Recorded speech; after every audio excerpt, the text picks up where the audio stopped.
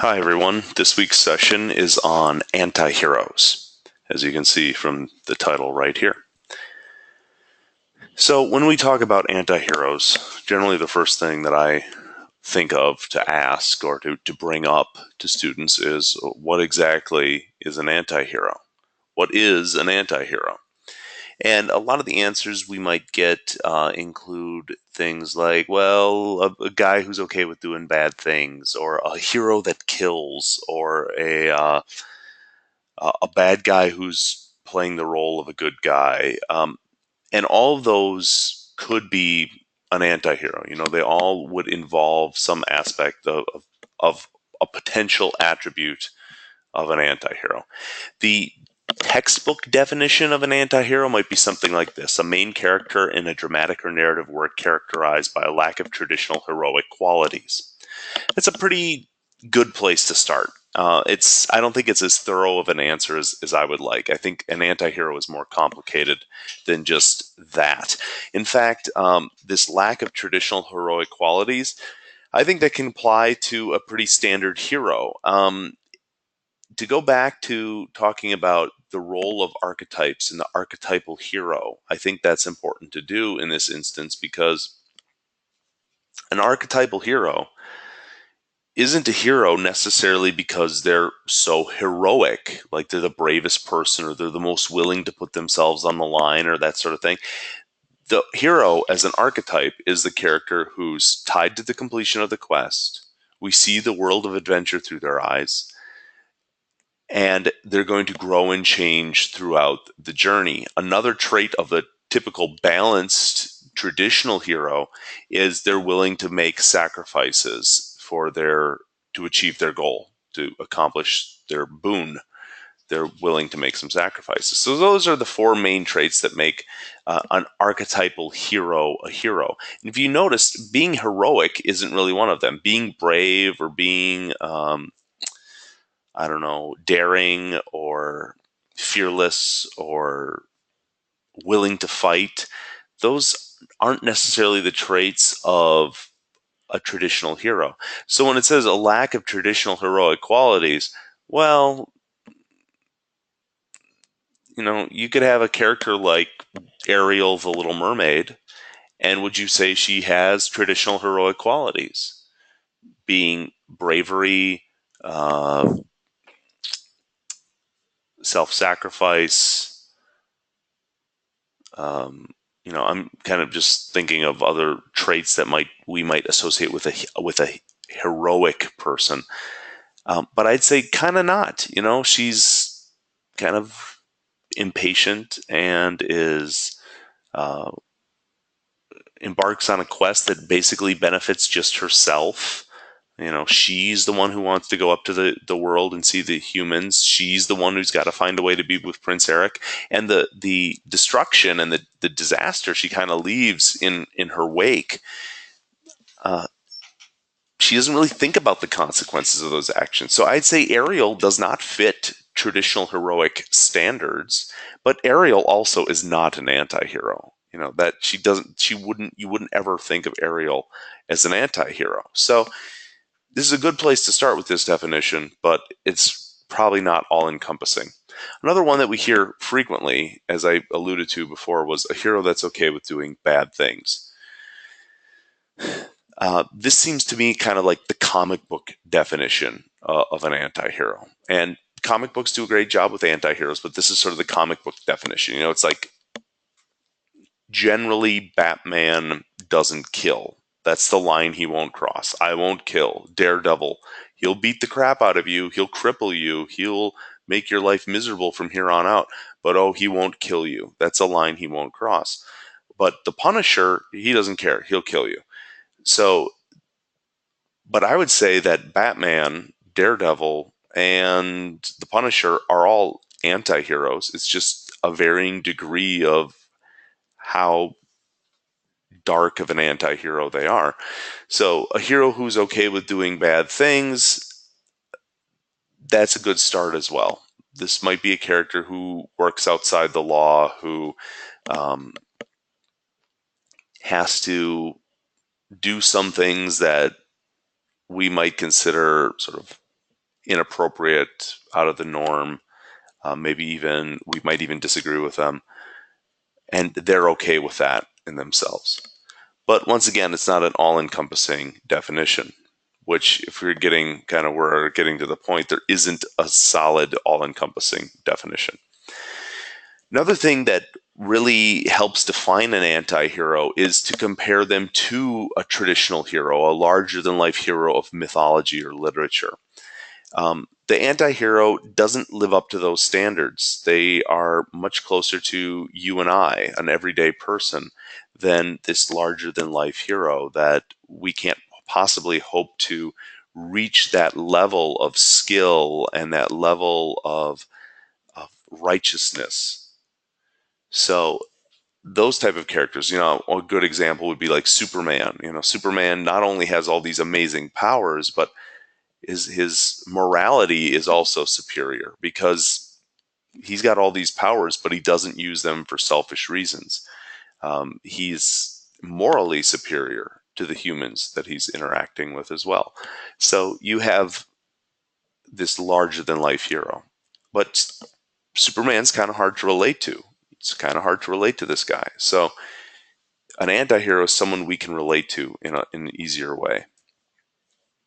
And the reason why they typically tend to be relatable is that their desires, their thoughts, and their shortcomings are really upfront. And generally, they kind of have these, maybe they're not always the purest desires or the purest thoughts, and their shortcomings can be very pronounced. And so we can relate to a character like this a little bit more because, we're all guilty of maybe not always having like the most noble of thoughts or um, the most pure desires. And then on top of that, we have our own faults and shortcomings that we all are struggle with and try to work through. Another aspect of this anti-hero is this is a character who we really are able to live vicariously through this character. This isn't a character whose story we're watching unfold passively. This is a character who we're really kind of putting ourselves in the role of that character. We're saying like, man, what would I do in this situation? How would I react? What if this happened to my family? How would I react? I'm thinking of the 1980s Death Wish movies, and now they're remaking Death Wish with Bruce Willis. So, like, how would you react if something really awful happened to your family and you could get the guy that did it? Well, some of us would have a pretty brutal fantasy, I would guess. But a lot of these instances, it's like we know we can't really do those things. We either wouldn't have the stomach to do it, or we just wouldn't have the skill to do it, or when it comes right down to it, we just couldn't bring ourselves to do what we imagine in our own mind. But by watching this fictional character carry through with these actions, well, we can kind of live vicariously through them. So all those different things make up aspects of what makes an anti-hero an anti-hero. But as I said before, there's no real unequivocal concrete definition of an anti-hero. And so that starts to beg the question too, is like, well, is the anti-hero just a type of a shadow character? Is he a villain turned main character or something like that?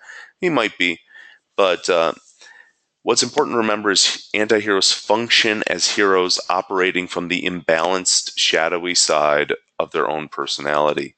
So if we go back to our PMAI stuff, those pitfalls, they're operating out of that imbalanced side of their highest archetypes. That's what they're coming from. That's where their motivation comes from. These dark attributes, quests for vengeance, quests for greed, um, things like that. A lot of times, if you want to make sort of a conflicted character, you'll see the anti-hero struggle through these imbalanced, shadowy characteristics.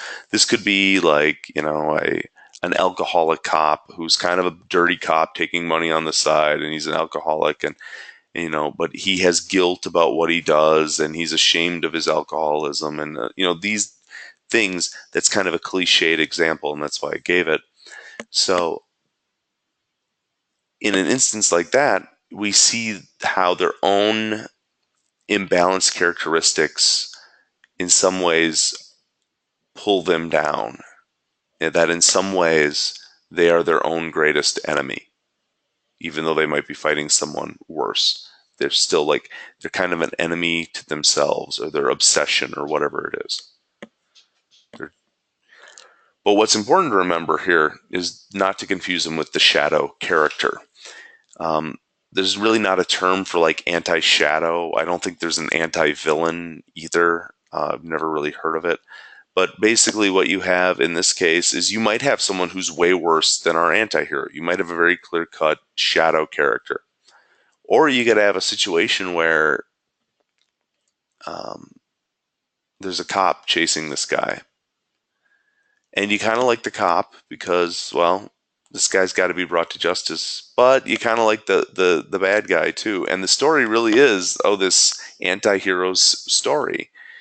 So that's where you have to look at the perspective of the tale. The anti-hero is an archetype of perspective.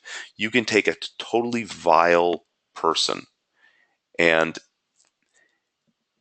in doing so, if you put them as the hero within their own story, that it's their story that's being told, you're going to get an anti-hero. That's what you get. So um, I have some examples that will be forthcoming, but I think of something like Breaking Bad with Walter White. Like, here's a guy, you can sympathize with him at first. He's a teacher. He's dying of lung cancer. He wants to make some money for his family, so he starts making meth. Probably not the best choice there, Walt, but he starts making meth, and you can empathize with him to a point.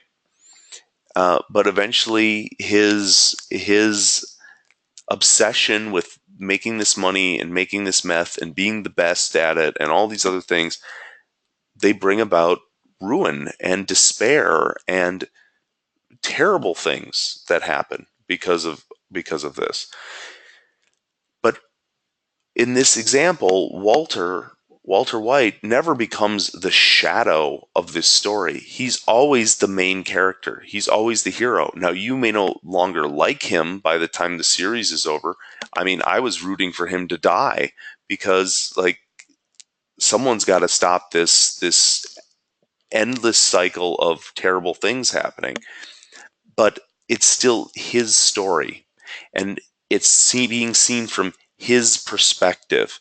And in doing that, what you have is a very clear-cut anti-hero. Now, sometimes the anti-hero makes us feel okay. It's just a badass dude doing badass things, and hey, that's pretty cool. Other times, especially with the right amount of nuance and the right amount of psychology, you can create an anti-hero that creates great conflict in the audience, that they like him but they hate him. And I think that's where the anti-hero really shines as an archetype. So the anti-hero gets its modern roots in something known as the Byronic hero. Um,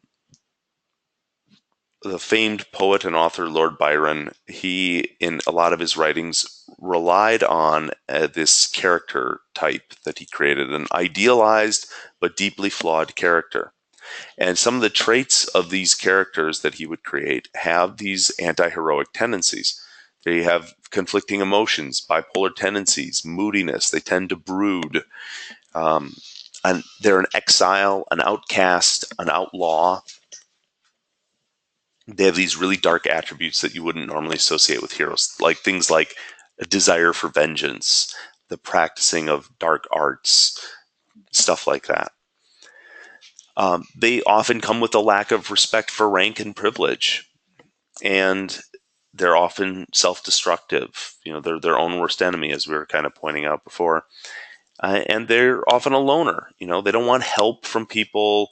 They reject society. They're rejected from society. They don't fit in. And so when you look at this and when you start thinking about these Byronic hero traits, they really define the modern anti-hero in a lot of ways. But what you need to really look at are bullet points, I suppose, 3, 5, and 7. These are all kind of the same thing. An exile, an outcast, an outlaw, a loner, rejected from society, doesn't respect rank and privilege. This is a character who's at odds with the society around them. And I think if you really want to define an anti-hero in a very, you'd have to apply it very broadly, like a very broad brush. You know, it couldn't be, it wouldn't provide a lot of detail.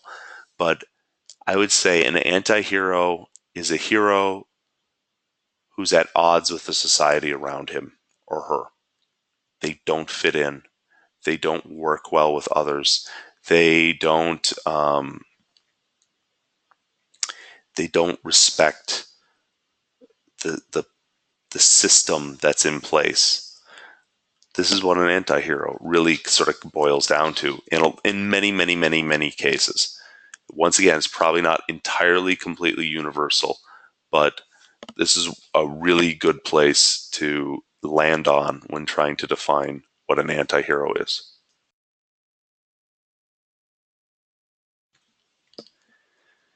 So this type of anti-hero is extremely popular. And Byron, he starts with these. Here's just two of his anti-heroes. Although he has many others, he also wrote Don Juan, which was sort of a farce of the classic lover Don Juan. I don't know if Don Juan, or in his case Don Juan, because it's a poem and it's supposed to rhyme with different stanzas like put on and stuff like that. So it's a kind of a pun on his name. I don't know if he really qualifies as an anti-hero, but he's more of a buffoon. But other writers start taking up the same sort of character, this character that doesn't fit in with the society around them and is bitter about it. And so you get characters like Captain Wentworth and Heathcliff from Wuthering Heights and Rochester from Jane Eyre. And if you're not familiar with these stories, hey, that's okay. I'm not going to spend a lot of time on any of them. But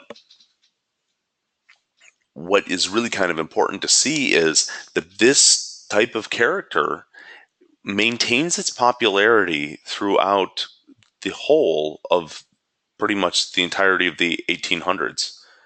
It's a very popular type of character. I suppose there's a little break between this date and this date here is but even then you have the 1931 book here, so it's pretty popular throughout. I suppose there's another break here between like 1850 and 1890, so there's a 40-year break, but it's really popular and it maintains its popularity throughout. Now, not all these characters listed on here would really qualify as anti-heroes, because to be an anti-hero you'd sort of have to be the main character of the story, and someone like say Rochester. He's not the main character. Jane and Jane Eyre is the main character. Um, when I think of modern day anti-heroes, even someone as a story as old as the Count of Monte Cristo, Edmond Dantes, right away that guy's an anti-hero. He's out for revenge. His best friend betrayed him. He went to a prison. He got fabulously wealthy after he escaped, and now is using his money and his power and his influence to plot out and plan and extract his vengeance on this friend that betrayed him. So, just a great example of a pretty contemporary anti-hero. So, when it comes to anti-heroes in terms of when they're popular and when they're not, we can look at this idea that anti-heroes aren't new. Lord Byron didn't invent the anti-hero by inventing the Byronic hero. Gilgamesh, one of the myths that you had read for the class this month. Gilgamesh is an anti-hero. I mean, he's not a good king. He's a bad king. He does terrible things. Um, After he even becomes like friends with Enkidu, He's still doing pretty rotten things in a way. He may not be doing the same bad things he was doing, but just different kind of bad things. He doesn't know when to keep his mouth shut, and he doesn't know.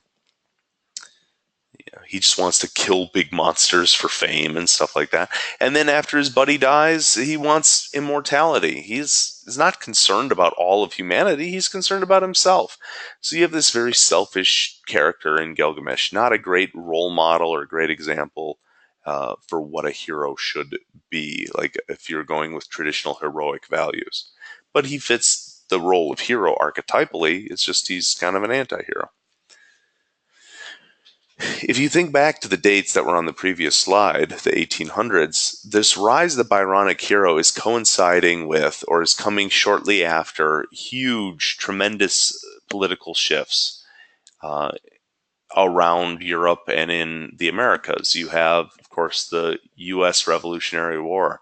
You have France's revolution as well, where people are literally cutting the heads off the king and queen because they're so fed up with the system. So these Byronic shifts, or this Byronic hero coincides with these huge shifts politically, but there's also these social shifts that deal with like the Enlightenment that took place in the 1700s, the Industrial Revolution that's taking place in the 1800s, this new way of thinking about governance and the way to do things.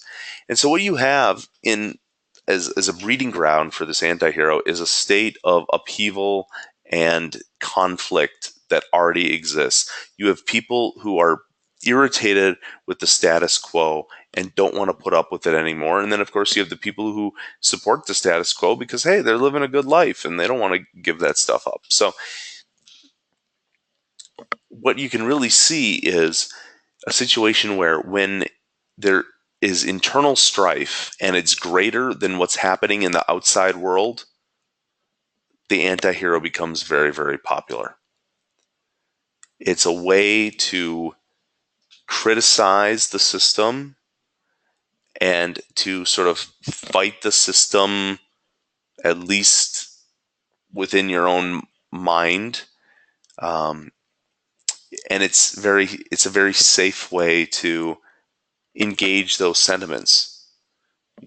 This anti-hero is living the same life that I am, and he's fighting against this corrupt system. Boy, I wish I could do that, but I've got a family and I got a job, and I can't afford to risk those things because I'm a little unhappy with how things are going. That's the whole purpose of the anti-hero. It's giving us a safe outlet through which we can fight the system, whether literally or just figuratively. But the opposite is also true. When there's lots of external conflict outside of the boundaries of the nation, people tend to close ranks, look for similarities rather than differences, and they kind of make enemies or monsters out of the the people that they're fighting with. So if we look at the U.S. history in the 20th century, we can really see that trend. Uh, right up into, I think, Phantom of the Opera was the last novel I had listed on there, and that comes out in 1910, shortly before the First World War starts. And as our country, eventually gets involved in World War One, you see the anti-hero dry up. You don't see a lot of anti-heroic characters emerging in literature or in, uh, I suppose, there'd be very rudimentary movies anyway, so mostly be literature and popular culture. But that begins to change in the 1920s. The war is over and the country enters a very prosperous time. And so we have a lot of time for self-reflection and looking back on like what are the problems with society. And one of the problems that gets deemed with society is, well, there's just way too much alcohol and we really should, not have alcohol anymore. And so they ban alcohol. And who become the heroes of that time period? These sort of unlikely heroes, the gangsters, the bootleggers, the guys getting booze to the people. You know, they sort of become these folk heroes. We still idolize them today in a lot of ways, uh, but they were criminals. And then the stock market crashes in 1929, and we go into the 30s, and everyone blames the banks for what happened. And so when Bonnie and Clyde come around and start robbing banks and stuff, no one cares. Like, none of the normal people are like, oh, we got to stop them. They're like, good, screw those banks. Like, they deserve it. They screwed us over.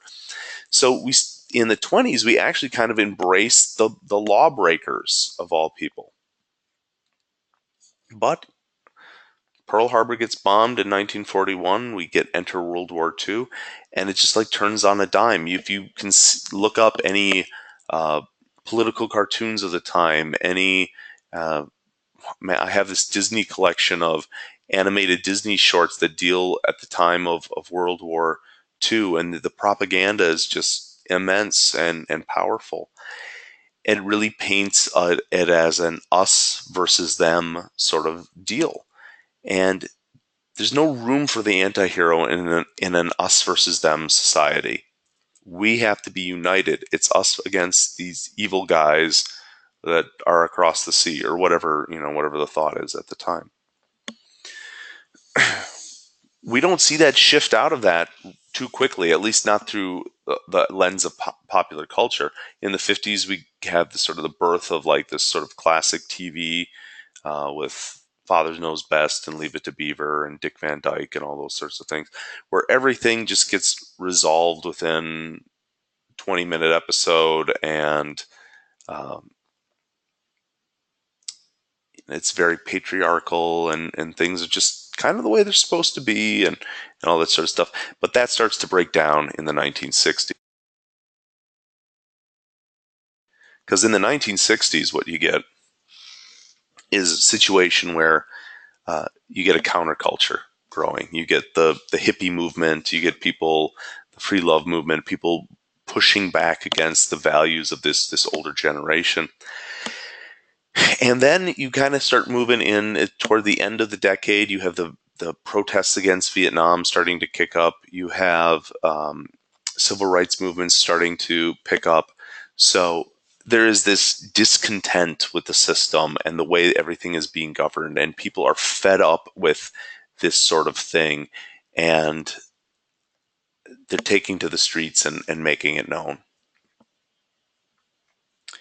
That continues throughout a big chunk of the 70s with the sort of corruption of Richard Nixon and the ineffectiveness of Jimmy Carter and things like that. There's a lot of dissatisfaction. And then Ronald Reagan comes along, and we get the Reagan 80s. And the Reagan 80s is very sort of like a return almost to the sentiment of the 1950s in a way of like um, kind of maybe not quite the same. It's not like Father's Knows Best comes back on TV or anything like that as a regular series or something, but it becomes very patriotic, very jingoistic. I mean, I think of things like I'm a wrestling fan, so I immediately think of like Hulk Hogan waving the flag, and wrestling guys like the Iron Sheik, or whomever, whatever foreign bad guy is along at the time. Um, I think the best illustration for this in terms of anti-heroes would be Rambo in the 70s, or I don't remember, I think it's the late 70s, the first Rambo movie comes out, and Rambo's a Vietnam vet, and he comes back and he's treated like crap, and he has a mental breakdown, and then after sort of a violent but not overly violent climax, Rambo is gives a very heartfelt speech about like you know what drove him to this madness and all these sorts of things. And it's a real social commentary, and it's really putting to task the society and how bad we treat our vets. And so it's like he's an anti-hero in that he's challenging the status quo, the society around him. Well, in the Reagan 80s, Rambo gets brought back by the government. Like, you're the only one who can do this, Rambo. Go back and win the Vietnam War and rescue all the hostages. And he does. And he's still sort of an anti-hero because he's still kind of spitting in the face of authority and stuff like that. But the two themes and feelings and messages of the movies couldn't be any different. They couldn't possibly be any different. And so the sort of nuanced, dramatic performances of the culture in the 70s where they're addressing really tough issues. It all kind of gives way in the 80s to sort of like this silly mentality. This just like it's us versus them, and we're the good guys and they're the bad guys, and it's all kind of childlike, especially in the media. I'd say in 1989 that screeches to a halt with Tim Burton's Batman. That's where I view a sort of a real turning point in the pop culture can be viewed, at least. Um, because when I was a kid, Batman wore gray and blue, and he had a buddy named Robin, and they hung out and they fought crime together. And when Tim Burton's Batman came out, I was shocked. It was like this guy is beating the crap out of people and killing people, and he's wears all black. And where's Robin anyway? And um, it was very dark. And Batman went from being sort of like a helpful guy that the police wanted to have come and help fight crime to a guy that was worked out of the shadows. He was a bit dark in terms of his personality. He wasn't afraid to hurt somebody to get what he needed. You have this very anti heroic character now in Batman. And that sentiment basically continued through the 90s and it continues through today. I'd say it's even stronger today because, at the risk of bringing up politics and stuff like that, you got a lot of angry people in the country. You got a lot of people are angry and they're on both sides and they're fed up with the system and they want this change and it's not you have these two impassable and immovable forces and the ant is just perfect breeding ground for anti-hero. Just completely perfect breeding ground for the anti-hero. So now that we've discussed what an anti-hero is, the role of how perspective plays a role in the telling of anti-heroic stories, and where the anti-hero comes from, and when the anti-hero is popular and when it is not, we can get into some real specific examples. So let's start with this guy, the Hulk.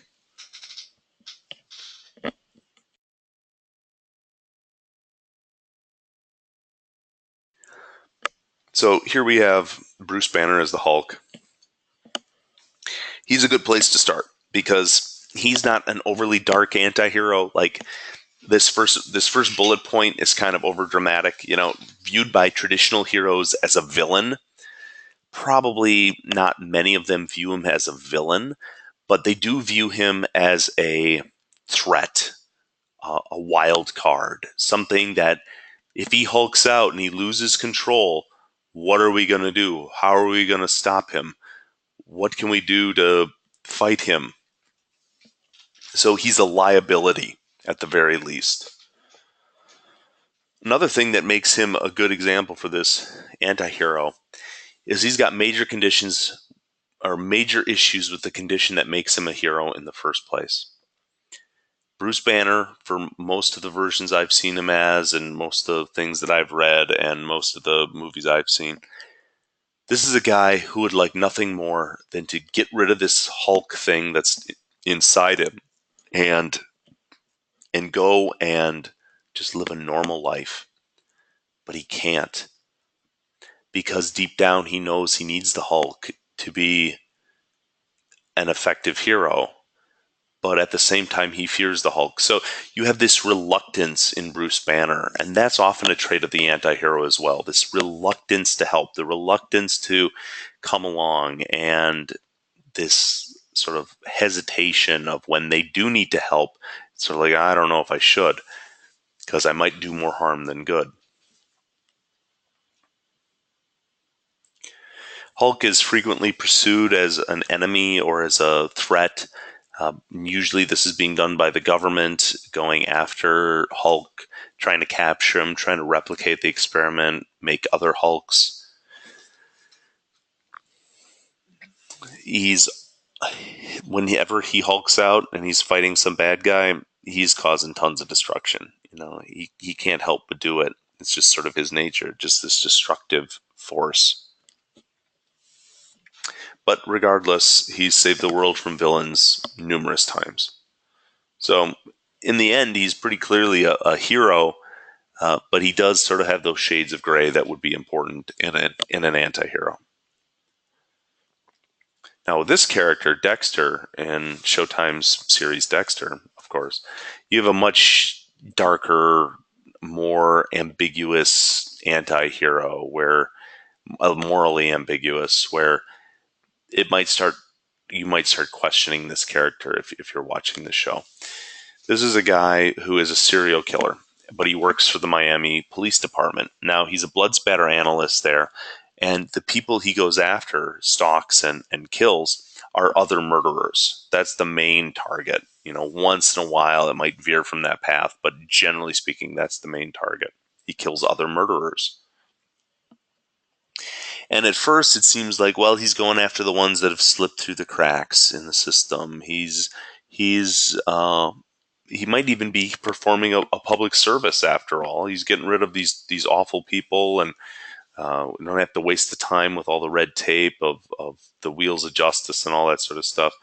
But he's not doing it as a public service. He's motivated by conditioning, not justice. He is a sociopath, and he has the desire to kill. He has a compulsion to kill. And his foster father saw these tendencies in him, and bad move, foster dad, but decided like, oh, the system's so broken and whatever. I'll just teach him myself. I'll try to manage it at first. And then after he realizes he's not going to be able to manage it, he teaches Dexter to, if he's going to kill people who deserve it, kill other murderers that have slipped through the cracks. So he does what he does out of conditioning, not this broad sense of justice. So, as I alluded to before, some people might look at this as like a public service. He's doing it for completely selfish reasons. In fact, he, as a forensic scientist, there's lots of times where he could actually get people convicted, but he's like, I'd rather kill him myself, or he breaks a guy out of prison in one episode to kill him. So he does these things for selfish reasons. He's not doing it because he cares about law and order, or he wants to bring balance to the streets of Miami or something. He's doing it because he likes to kill people. That's why he does it. Now, I will say in the later seasons, they kind of branch away from this theme. I'd say seasons 1 through 4 encompass this very nicely.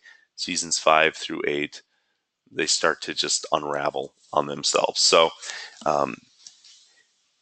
because this last point is kind of what stops. He's early in the series, he constantly refers to himself as a monster, talks about his dark passenger, knows that what he does is wrong by social standards, but doesn't care. And a lot of times he doesn't try to justify it in his head of like, oh, I'm actually doing the right thing by killing this guy.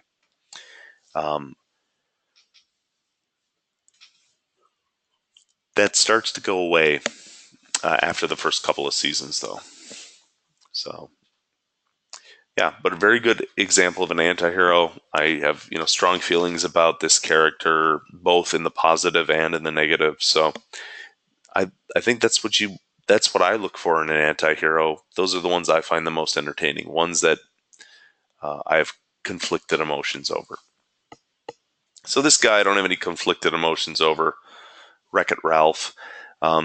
He's kind of Disney's version of an anti-hero. This is a villain who wants to be a hero. So that already, flips the script a little bit, takes a guy who's supposed to be a bad guy and makes him a good guy, or makes him the hero. That already screams anti-hero. That's just an easy way to get an anti-hero. But the fact that he goes against the system to prove his worth, he's treated like crap by all the other video game characters in his arcade, and he's very unhappy and dissatisfied with his life. So he decides, forget it. I'm sick of being a bad guy. I want to be a good guy. I want to get the accolades. I want to get the love. I want to get the praise. So he breaks into another game called Heroes Duty, and he wins the medal. He wins the medal. That's like, hey, that'll be perfect. I can go back, show everyone what a hero I am, and everyone will like me now. And in escaping from Heroes Duty, he crashes into another game called Sugar Rush Racing, and he brings with him an alien bug. And the bug starts to replicate and eventually threatens to destroy the whole racing game. So his quest is going to cause a lot of trouble and a lot of damage. And in a way, it's kind of selfish. I mean, it works out all in the end, but it's kind of selfish. In the end, he saves the day when, even though others don't really believe in him, he saves the day by embracing the thing that makes him the villain in the first place, by being destructive, by wrecking things. So here you have him kind of embracing that dark side of himself and using that for good purposes. So he ends up getting a pretty happy ending. You know, he is now accepted by his video game society. Bad guys sort of have a new lease on life. You know, everything kind of works out. But like I said, kind of a good example of a Disney anti-hero. With Kratos and from God of War, the God of War series, you have a guy who I feel have a lot of strong emotions about. He's this bloodthirsty warrior. He fought in Ares' army, and Ares fears his power, so he tricks him into killing his wife and daughter. And this is an unforgivable sin, so he's bound by the gods and has to swear to serve them. But he's constantly defying them all the time. He seethes with vengeance for years and years until Ares makes a move to start a war within Greece, and he uses that time while Ares is distracted to plot out how he's going to murder him. And so they fight at the end of that first game, and Kratos, of course, wins, and he becomes the new god of war. In the subsequent games, he gets betrayed by Zeus and becomes ruthless for his quest for vengeance. And in the end, he learns Zeus is his dad, and he kills him anyway. But if you haven't played the games, basically what Kratos does is he goes on a rampage all across Greece and through the Greek pantheon, killing just tons of them and wreaking havoc and destruction everywhere he goes. Now, you have to remember, these are the Greek gods we're talking about, and if you didn't get it from the lecture uh, back in, what was it, week 2 or week 3, um, they're all jerks, every last one of them. And that would make Kratos very, very narcissistic and arrogant and self obsessed to think that um, he's so special that how dare the gods be cruel to him. The Greek gods were cruel to everyone. So why is he so special? What about him? What is it about him that justifies the level of terror and destruction that he causes to do this? And then at the end, he has the audacity to blame it all on Zeus, which, yeah, Zeus is a jerk and he's certainly worthy of blame, but he didn't leave a path of destruction across Greece. You know, that was something that Kratos did. So I have a lot of conflicting feelings about him. I kind of agree with him throughout the first game, but in the second and third games, like, nah, I just can't get behind him. You know, he's too obsessive, and he's not. His goal is completely ignoble.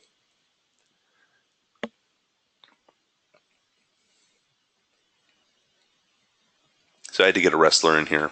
So as I said, I'm a wrestling fan. So Stone Cold Steve Austin was a wrestler who fought against the corporate system. His boss, Vince McMahon, didn't want him to be champion. Of course, he became champion, and this conflict followed.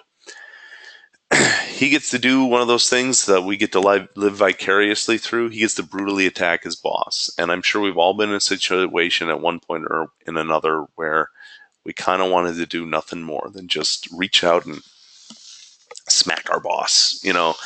Um, that's that's human nature. But you can't do it. It's like I can't. I'd love to, but I can't do it. I lose my job. I need this job, or I might get charged with assault. Like all these things go through your mind that prevent you from doing something stupid. But in this wacky world of pro wrestling, he gets to do this and somehow not get fired. He's constantly attacking his boss. He doesn't agree with authority. He defies tradition and the established order of things. You can see that tradition and the order of things via the championship belt he's holding. Wouldn't be the standard World Wrestling Federation championship belt. That's his own custom made championship from that era. And with a big skull and there's you probably can't make them out, but there's rattlesnakes on it and stuff like that. So it's just sort of this, another spit in the face to authority and tradition. He has a motto: "Don't trust anyone." So he's a loner, he's an outcast, he's an outlaw, like all those Byronic hero traits, and he really follows that code. He doesn't trust anyone. He doesn't want to tag team with you. He doesn't want to have you help him out in some way. So he doesn't trust anybody. And you shouldn't trust him either because he'll stunner his friends or his allies at a moment's notice just for his own amusement, and the crowd of course eats it up as well. And bringing the audience into it brings up another interesting thing about this character is that they tried to turn him into a full bad guy. I mean, he was popular this whole time with this anti-hero shtick, and then they tried to turn him into a complete bad guy. And it didn't matter because no matter what he did, he got cheered. He became more sadistic. They cheered him more. He joined up with Vince McMahon. They didn't care. They cheered him. He became a coward. They didn't care. He was too funny as a coward. He was really funny. So he just kept getting cheered no matter what he did. And so they ended up just giving up. Like, there's no point to this. They gave up and they turned him back into sort of his standard anti-hero character within, I don't know, 9 months or so. They just couldn't maintain it. So the last really in-focused character we're going to look at is Marcus Phoenix. This is a guy who is just built for war. He's a skilled and honored soldier. He abandons his post to save his father and gets imprisoned for it. At the start of the first game, you're rescued by your buddy Dominic to help fight this war against these things called the locusts, these sort of subterranean species that come out of the ground to fight the war against you. You can tell, like, throughout the story, like, some pretty heavy things happen, and Marcus does not have time to process these things. He just kind of uses it to fuel his rage. It's just anger, anger, anger all the time from him. There's sort of a permanent scowl etched on his face. And you get a sense that he kind of enjoys the carnage of all of this. Like, it's just this crazy, bloody mess. And he kind of just enjoys that. Like, that's totally fine with him. And I think that speaks to the video game as well, because as the player, you don't have to use your chainsaw bayonet, or you don't have to um, curb stomp the locusts.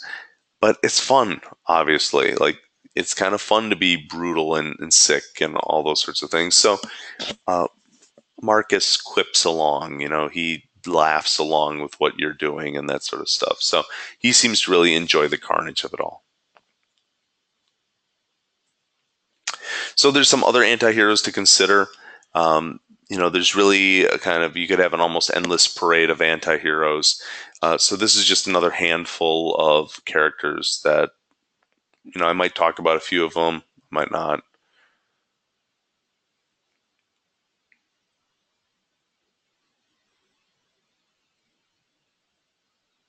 So here we have two actors, Jason Statham and Clint Eastwood. And when I think of these guys, I just think of anti-heroes. I mean, I don't know if they've ever done a role where they weren't anti-heroes in some way, shape, or form. Even when Clint Eastwood did this movie called The Bridges of Madison County, which was this very dramatic piece, it's almost like the real Clint Eastwood, not the character, but the real Clint Eastwood was like, I'm going to show them I can do any type of movie I want. Like, like just to defy the the sort of cast typing that he had to endure.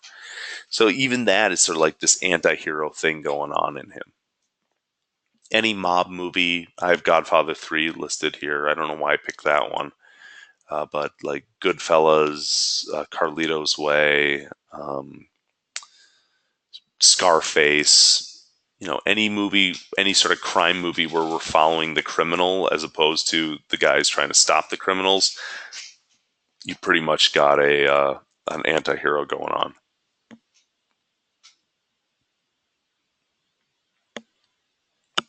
So with Catwoman here, we get our first female anti-hero posted. There are a decent amount of female anti-heroes, especially if you go into the comic books and things like that.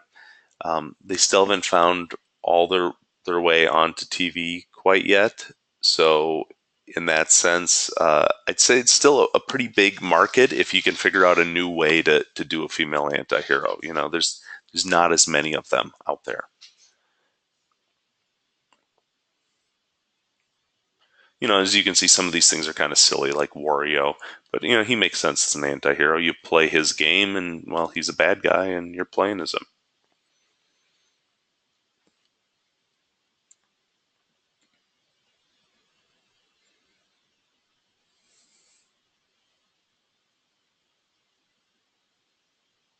So something like Grand Theft Auto 5, you're really kind of dealing with three anti-heroes. Once again, you have this medium of video games that puts you, the player, in the role. And if you're playing this game, there's just laws you have to break within the game to even play it. Like you're not gonna, unless you really, really, really, really want to challenge yourself. You're not gonna make it through the game without stealing a car or shooting a civilian, even if it's just accidentally. So there is an inherent anti-heroism in something like this, but even the characters themselves in this, just sort of varying shades of anti-hero, with Trevor being the most anti-heroic, and I would say Franklin being the closest to a standard hero, although he's still obviously an anti-hero. So here we have someone like Magneto.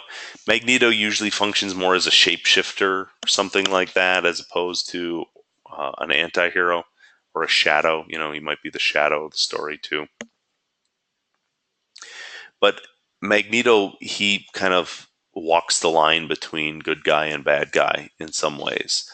Um, and that's why he kind of makes sense to be on this list.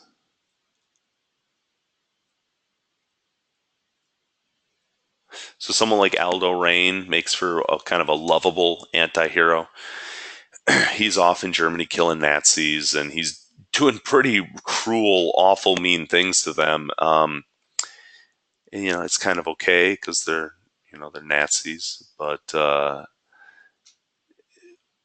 if you were doing this to anybody else, I think we'd probably be a little more squeamish about it.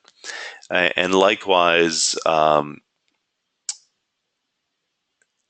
in the end, he also spits in the face of authority. He's supposed to let a high-ranking Nazi guy go, and well, instead he lets him go, but not after he pulls out his big Bowie knife and carves a swastika into his forehead. So, there's this sort of lack of respect for rank and privilege as well.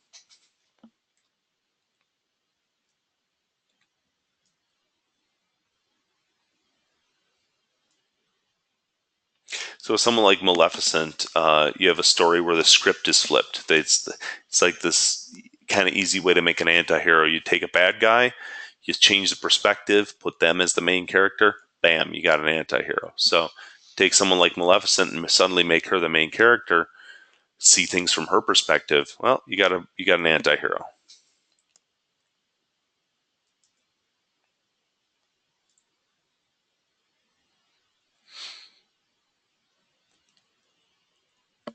Obviously, someone like the Punisher, perfect example of an anti-hero. You know,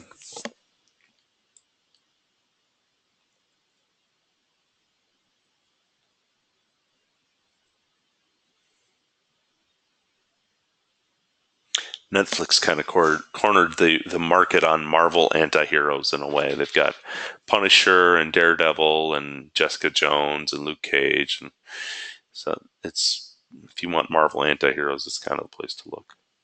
Although here we have the Guardians of the Galaxy too. They would definitely fit as anti-heroes. Of course, a guy like Vegeta, this always wanting to prove he's the best and all that sort of stuff. So you have anti-heroic traits in him, but once again, he's really he has anti-heroic tendencies and traits, but he's not really the main character of the story, So it's a bit off in a way. And Deadpool. So this works really well because the good and evil approach that we see in a lot of children's narratives. This is the good guy and this is the bad guy.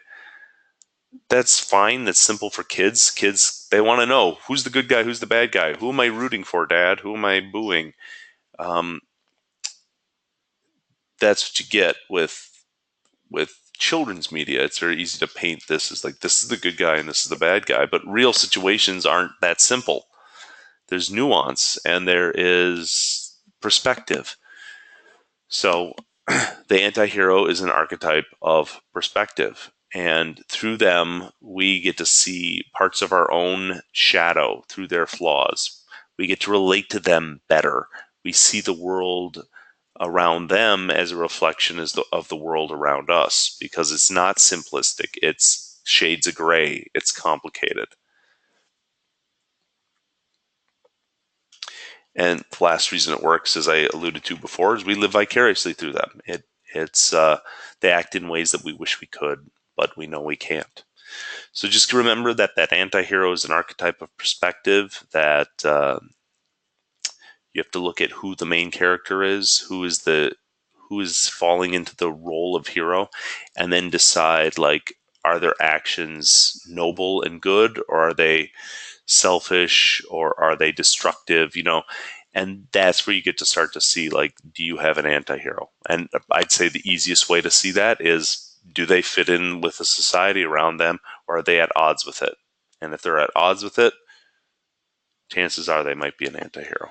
So that is the lecture, and I hope you enjoyed it, and I hope you got something out of it. And if you have any questions, don't hesitate to get in contact with your instructor. Thank you very much.